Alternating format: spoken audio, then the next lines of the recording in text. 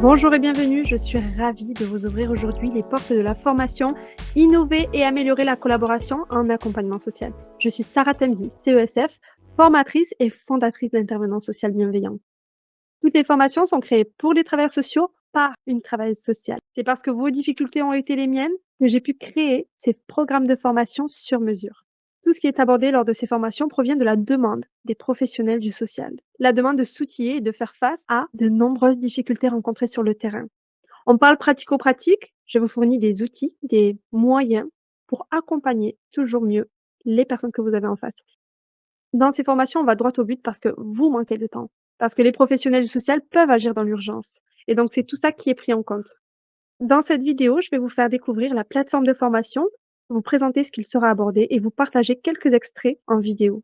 À l'issue de ce programme, vous serez en capacité d'adopter de nouvelles techniques d'accompagnement, d'innover grâce à plusieurs outils, d'améliorer la collaboration en accompagnement social, tout en évitant de vous épuiser.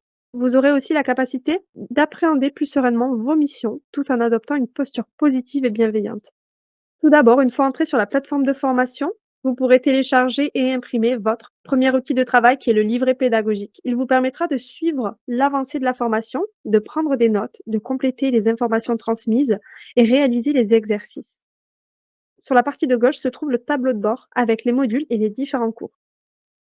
Vous retrouverez ensuite le programme et planning de la formation avec les dates butoirs pour rendre les exercices et pour vous organiser. Nous aborderons en premier lieu la collaboration qui se fait parfois difficile afin que vous connaissiez les stratégies à adopter dans certaines situations. Le premier module s'intitule Développer vos capacités d'écoute.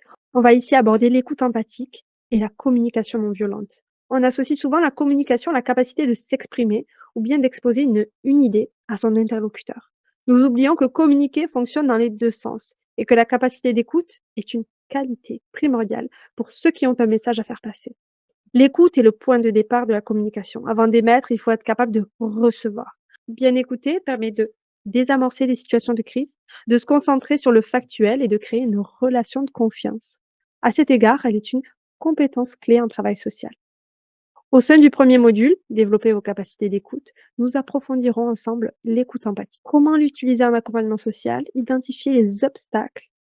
À la fin de chaque module, à la fin de chaque cours, vous avez une partie commentaires. L'espace commentaires vous permettra d'échanger avec moi et les participants. Je vous accompagne via cet espace-là, via les emails.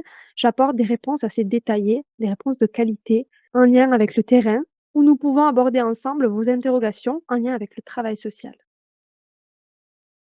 Vous découvrirez ensuite les principales postures qui sont un mouvement vers certaines valeurs.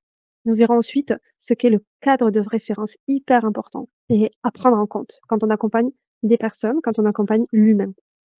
Nous allons voir aussi comment utiliser l'écoute empathique, maîtriser son langage corporel, utiliser les différents outils linguistiques, évaluer l'efficacité d'une écoute empathique. À la fin de ce module, nous aborderons la communication non violente. C'est une initiation à la CNV. Les personnes qui choisiront l'apprentissage hybride auront accès à cette partie lors d'une rencontre en visio sous forme d'atelier, très pratico-pratique. Et à la fin du premier module et de chaque module, vous avez une partie mise en pratique où il y a des défis à réaliser sur le terrain. Pour les professionnels du social, il y a des exercices à envoyer directement ici. Le deuxième module vous permettra de réussir à impulser une motivation au travers du projet de la personne. Vous verrez qu'est-ce que la motivation, comment agir sur celle-ci afin de permettre à la personne d'être pleinement actrice de son projet, comment susciter l'engagement, la motivation et la coopération dans un accompagnement, comment agir avec efficacité en préservant le bien-être de la personne accompagnée, comment aussi agir sur le bien-être du professionnel et comment donner du sens à l'action. Dans l'exercice de vos fonctions et avec les années et l'expérience, il peut arriver d'oublier, de vous assurer que vous offrez un cadre sécurisant et bienveillant aux personnes que vous accompagnez. C'est pour ça que je vous présenterai des outils très simples et concrets pour veiller à assurer ce cadre bienveillant et sécurisant. L'accompagnement vise le retour à l'autonomie. Il est donc important de s'assurer de sa collaboration active durant l'accompagnement et cela commence par l'accompagner à clarifier sa demande et son objectif. On va pouvoir aborder ici toutes les stratégies qu'on pourra adopter. On verra aussi ensemble dans cette vidéo l'objectif qui est la boussole et surtout comment définir un objectif SMART.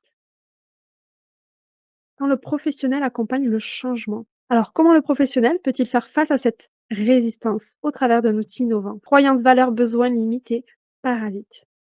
L'accompagner à réaliser l'action en utilisant l'imagerie mentale. Pourquoi et comment utiliser l'imagerie mentale en accompagnement social? Nous verrons l'effet de l'esprit sur le corps au travers de cet outil, ce qui permettra aux professionnels d'aider l'individu, d'aider la personne à se projeter dans l'élaboration de son projet et de son objectif. Ensuite, nous passerons au troisième module qui est renforcer l'estime de soi du public que vous accompagnez. L'intervenant cherchant à consolider l'autonomie de l'usager, un travail sur l'estime de soi est une étape incontournable, car l'estime permet à l'usager de se mobiliser et de devenir acteur tout au long de l'accompagnement. C'est aussi l'un des premiers facteurs de prévention de santé mentale. Nous aborderons dans cette partie le mécanisme et les leviers de l'estime de soi, l'impact d'une haute et faible estime personnelle, comment la favoriser chez l'enfant et comment la favoriser chez l'adolescent et chez l'adulte.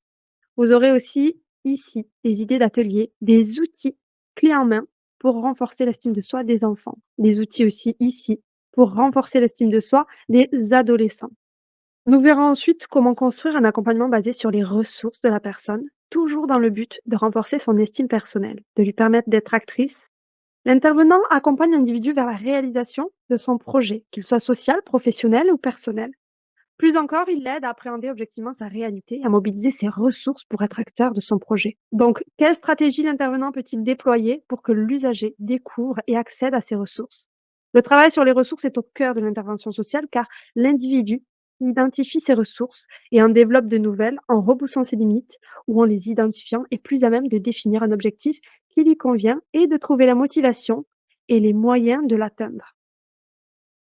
Pour finir, le module 4 sera animé par Marianne Chimot. Vous découvrirez la psychologie positive, les fondamentaux de celle-ci, les outils ainsi que la place qu'il trouve en accompagnement social, dans le but de permettre aux professionnels du social d'adopter une posture positive, d'avoir un effet positif sur la personne accompagnée et agir sur son bien-être au travail.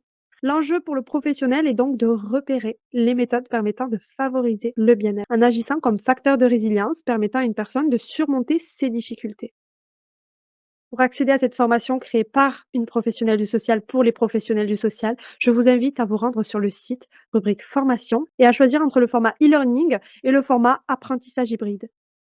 L'apprentissage hybride vous permettra d'avoir des ateliers échelonnés sur le mois, en rencontre, en visio, afin d'aller encore plus loin et de mettre en pratique ce qui a été abordé. Après avoir choisi, vous pouvez nous contacter par mail pour commencer les démarches liées à l'inscription, notamment la signature du contrat de formation. Je serai ravie de vous retrouver en formation, peu importe la méthode d'apprentissage choisie. Je vous accompagnerai durant 2 mois.